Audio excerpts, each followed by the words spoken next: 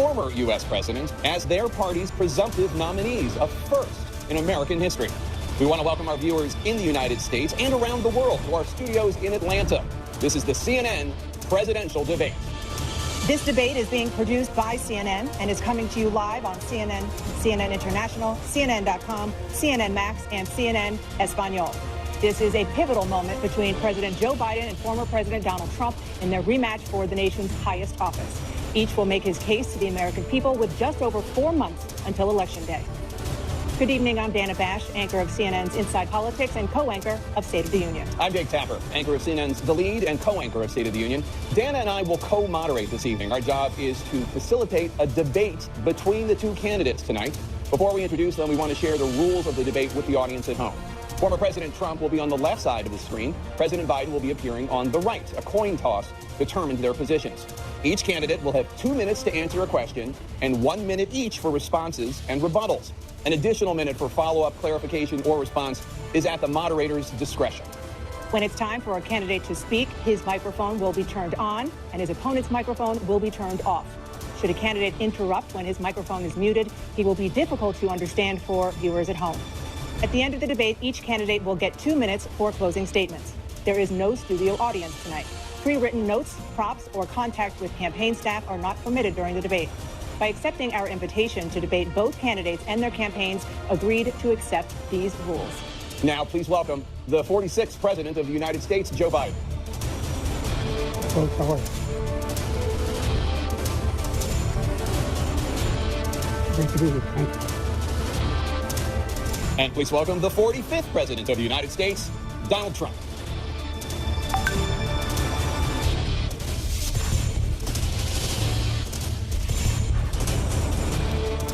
Gentlemen, thanks so much for being here. Let's begin the debate, and let's start with the issue that voters consistently say is their top concern, the economy.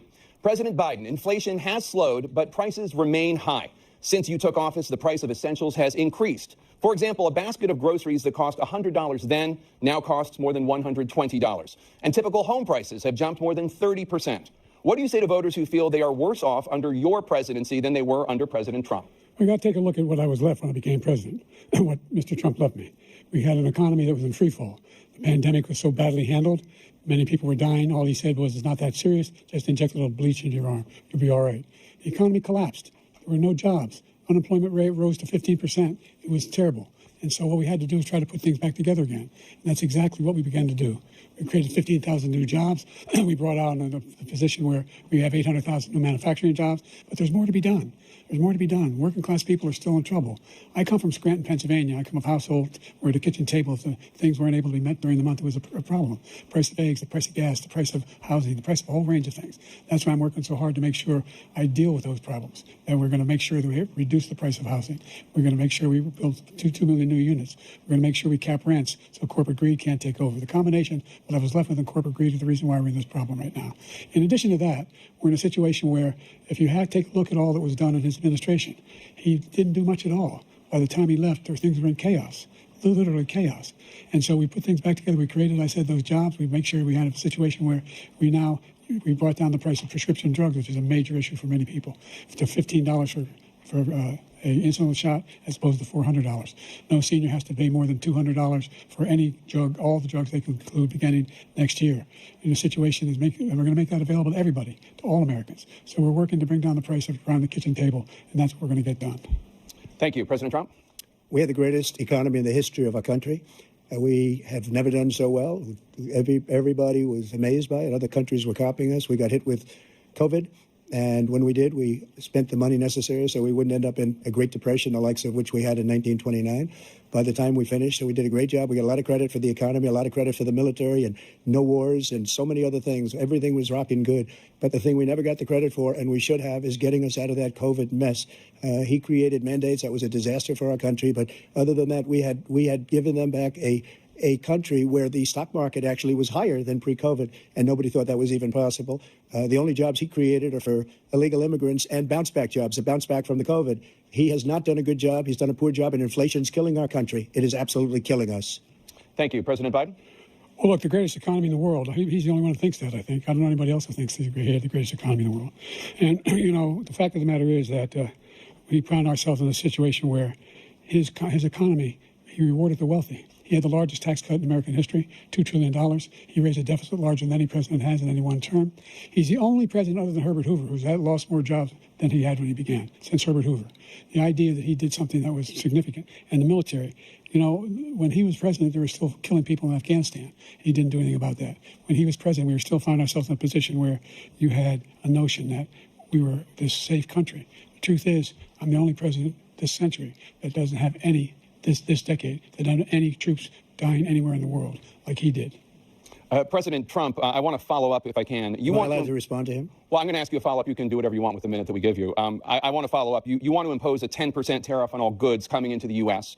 How will you ensure that that doesn't drive prices even higher? It's not going to drive them higher. It's just going to cause countries that have been ripping us off for years, like China and many others, in all fairness to China, it's going to just force them to pay us a lot of money, reduce our deficit tremendously, and give us a lot of power for other things. But he made a statement. The only thing he was right about is I gave you the largest tax cut in history. I also gave you the largest regulation cut in history. That's why we had all the jobs. And the jobs went down, and then they bounced back, and he's taking credit for bounce back jobs. You can't do that. He also said he inherited 9% inflation. Now, he inherited almost no inflation, and it stayed that way for 14 months. And then it blew up under his leadership because they spent money like a bunch of people that didn't know what they were doing. And they don't know what they were doing. It was the worst, probably the worst administration in history. There's never been. And as far as Afghanistan is concerned, I was getting out of Afghanistan, but we were getting out with dignity, with strength, with power.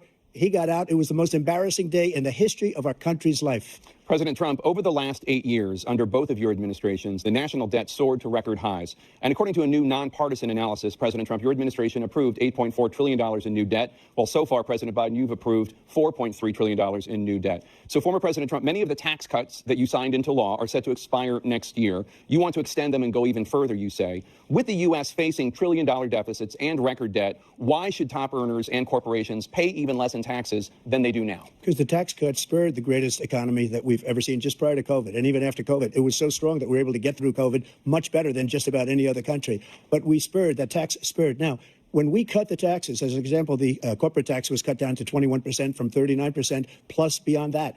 We took in more revenue with much less tax, and companies were bringing back trillions of dollars back into our country. The country was going like never before, and we were ready to start paying down debt. We were ready to start using the liquid gold right under our feet, the oil and gas right under our feet. We were going to have something that nobody else has had. We got hit with COVID. We did a lot to fix it. I gave him an unbelievable situation with all of the therapeutics and all of the things that we came up with. We gave him something great. Remember, more people died under his administration, even though we had largely fixed it. More people died under his administration than our administration, and we were right in the middle of it, something which a lot of people don't like to talk about. But he had far more people dying in his administration. He did the mandate, which is a disaster, mandating it. The vaccine went out. He did a mandate on the vaccine, which is the thing that people most objected to about the vaccine.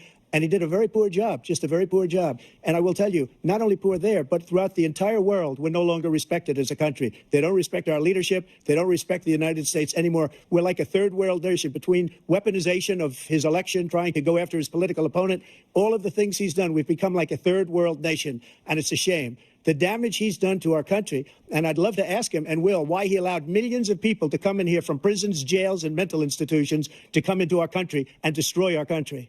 President Trump, we will get to immigration later in this block. President Biden, I want to give you an opportunity to respond to this question about the national debt. He had the largest national debt of any president in a four-year period, number one. Number two, that $2 trillion tax cut benefited the very wealthy. What I'm going to do is fix the tax system. For example, we have 1,000 trillionaires in America. Billionaires in America. And what's happening? They're in a situation where they, in fact, pay 8.2% in taxes.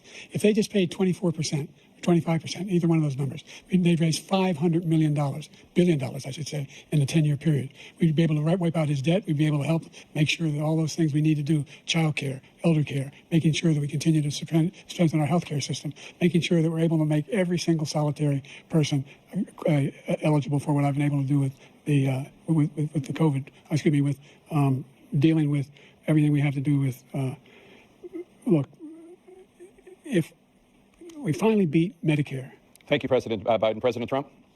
Well, he's right. He did beat Medicare. He beat it to death, and he's destroying Medicare because all of these people are coming in. They're putting them on Medicare. They're putting them on Social Security. They're going to destroy Social Security. This man is going to single-handedly destroy Social Security. These millions and millions of people coming in, they're trying to put them on Social Security. He will wipe out Social Security. He will wipe out Medicare. So he was right in the way he finished that sentence, and it's a shame. What's happened to our country, in the last 4 years is not to be believed. Foreign countries, I'm friends with a lot of people, they cannot believe what happened to the United States of America. We're no longer respected. They don't like us. We give them everything they want, and they think we're stupid. They think we're very stupid people. What we're doing for other countries, and they do nothing for us. What this man has done is absolutely criminal.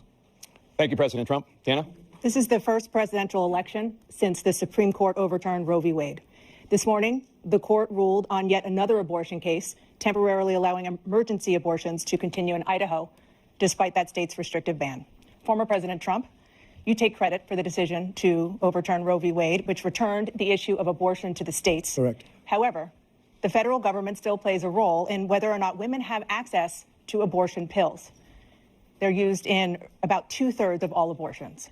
As president, would you block abortion medication? First of all, the Supreme Court just approved the abortion pill, and I agree with their decision to have done that, and I will not block it. And if you look at this whole question that you're asking, complex but not really complex. 51 years ago, you had Roe v. Wade, and everybody wanted to get it back to the states. Everybody, without exception. Democrats, Republicans, liberals, conservatives. Everybody wanted it back. Religious leaders. And what I did is I put 3 great Supreme Court justices on the court, and they happened to vote in favor of killing Roe v. Wade and moving it back to the states. This is something that everybody wanted. Now, 10 years ago or so, they started talking about how many weeks and how many this, getting into other things. But every legal scholar throughout the world, the most respected, wanted it brought back to the states. I did that. Now the states are working it out. If you look at Ohio, it was a decision that was an end result. It was a little bit more liberal than you would have thought. Kansas, I would say the same thing. Texas is different. Florida is different. But they're all making their own decisions right now. And right now, the states control it. That's the vote of the people. Like Ronald Reagan, I believe in the exceptions. I am a person that believes. And frankly, I think it's important to believe in the exceptions. Some people, you have to follow your heart. Some people don't believe in that. But I believe in the exceptions for rape, incest, and the life of the mother. I think it's very important. Some people don't. Follow your heart. But you have to get elected also. And because that has to do with other things. You got to get elected.